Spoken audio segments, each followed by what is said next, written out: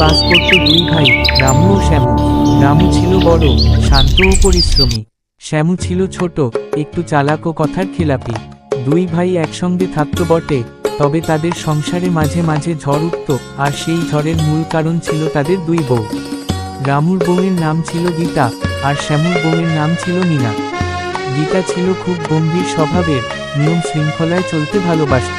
মীনা ছিল উল্টো, হাসি খুশি, খোলামেলা স্বভাবের, আর একটু আধটু ফাঁকি দিতে পছন্দ করত। প্রথম প্রথম সম্পর্ক ভালোই ছিল, একসঙ্গে রান্না, গল্প, হাসি ঠাট্টা চলত। কিন্তু যত দিন যেতে লাগলো, ততই বাড়তে লাগলো ঝামেলা। সমস্যা শুরু হয় একদিন দুপুরে। সেদিন গীতা ডাল রাঁধছিল। হঠাৎ মীনা এসে বলল, বৌদি, আপনি তো ডালে নুন দিতে ভুলে গেছেন। গীতা একটু বিরক্ত হয়ে বলল, তুমি কি সবসময় আমার রান্নায় খুঁত ধরবে? নিজের কাজ ঠিকঠাক করো আগে। মীনা হেসে বলল, আমি তো শুধু সাহায্য করতে চাইলাম, আপনি এত রেগে যাচ্ছেন কেন? এই ছোট কথাতেই শুরু হয় বড় ঝগড়া। গীতা চেঁচিয়ে বলল, তুমি সবসময় দেখাও তুমি কত বুদ্ধিমতী।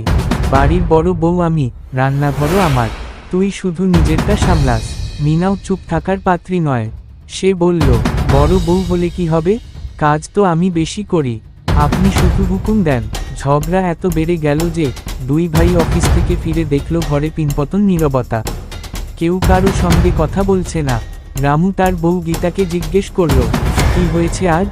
গীতা বলল, তোমার ভাইয়ের বউয়ের শিক্ষা দরকার, আজ আমার রান্না নিয়েও কথা বলেছে। অন্যদিকে শ্যামু মীনার কাছ থেকে শুনে রাগ করল। দুই ভাইয়ের মধ্যেও টানাপোড়েন শুরু হলো, কেউ কাউকে বোঝাতে পারল না। পরদিন সকালেই নতুন কাণ্ড।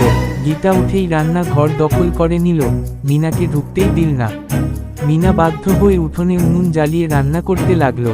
প্রতিবেশীরা এসে হাসাহাসি শুরু করলো। আহারে, শিবনগরের দুই বউ এখন যুদ্ধ করছে, এই বাড়িতে একদিন শান্তি থাকবে না বোধ হয়। একদিন শ্যামু ঠিক করলো, অনেক হয়েছে, এখন একটা সমাধান দরকার। সে গ্রামে পঞ্চায়েত প্রধান হরেন কাকুকে ডেকে আনলো। হরেন কাকু দুই বউকে বসিয়ে জিজ্ঞেস করলেন, তোমরা কি চাও? ঝগড়া করে সংসার ভাঙবে, না মিলেমিশে থাকবে? গীতা মুখ ফিরিয়ে বলল, আমি তো শুধু নিয়ম মানতে বলি, উনি মানতে চান না। মীনা বলল, আমি তো শুধু একটু খুশি মনে থাকতে চাই, উনি সবকিছুতে বাধা দেন। হরেন কাকু তখন একটা গল্প বললেন। একটা বাড়িতে দুই বউ ছিল, তারা ঝগড়া করত সব সময়। একদিন তাদের ঘরে আগুন লাগলো, তারা পরস্পরকে দোষারোপ করতে করতে ঘরটাই পুড়িয়ে ফেলল। এখন বলো, সংসারটা কার? এই কথায় দুই বউ একটু চুপ করে গেল। হরেন কাকু বললেন, তোমরা চাইলে তোমাদের সংসার স্বর্গ হতে পারে, আবার চাইলে নরক। ঝগড়া করে কেউ জয়ী হয় না, আর হয় শুধু সম্পর্কে। এই কথাগুলো গীতা আর মীনার মনে কেমন যেন দাগ কাটল। গীতা আসতে বলল, হয়তো আমি একটু বেশি কড়া হয়ে যাই। মীনা বলল, আর আমি হয়তো একটু বেশি হাসি খুশি থেকে গুরুত্ব কম দিই। দুইজন একে অপরের দিকে তাকালো, চোখে জল এসে গেল দুজনেরই। গীতা হাত বাড়িয়ে বলল, চল, আবার একসাথে রান্না করি।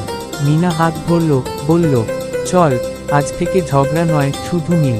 রামু আর শ্যামু খুশিতে একে অপরকে জড়িয়ে ধরল। পাড়া প্রতিবেশীরা বলল, এবার আবার শিবনগরের ঘরটায় সুখ ফিরল।